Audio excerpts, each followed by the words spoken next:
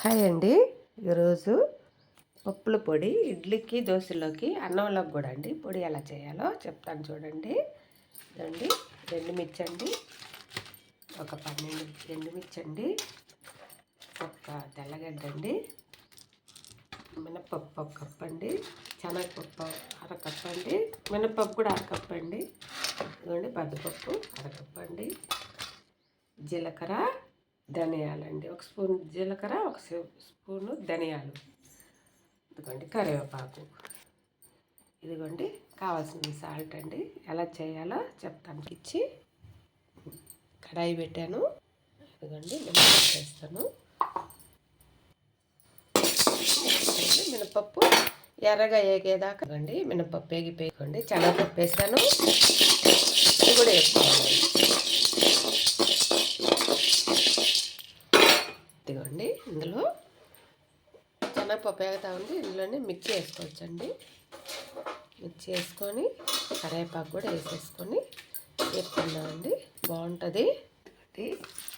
శనగపప్పు కరివేపాకాయలు కరివేపాకు వేగిపోయింది. ముందడుగానే మినపప్పు ఏంపి వేసుకున్నానండి.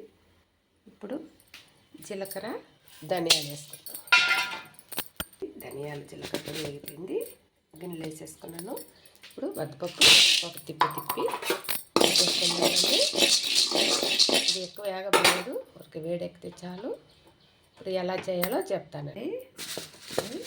కాసేపు బాగా కొంచెం చల్లారినాక మిక్సీ పట్టుకుందామండి. లేకపోతే ఎండలు కదా వేడి వచ్చేస్తుందండి, మాడిపోయినట్టు వస్తుంది. ఇదండి ఎండుమిర్చి దీంట్లో వేసాను. ఇప్పుడు గ్రైండ్ చేసుకుంటామండి. ఇందులోనే ఎండురాయి పొట్టు అంటారు కదండి, ఆ ఎండురాయి పొట్టు కూడా వేసి కొట్టుకోవచ్చు, బాగుంటుంది. కానీ నేను వేయలేదు, వేసుకుంటే టేస్ట్ బాగుంటుందండి. ఇదిగోండి నేను పప్పుల పొడి కొట్టానండి. ఇందాక ఏంపాను కదా, కొట్టాను, మిక్సీకి వేసాను.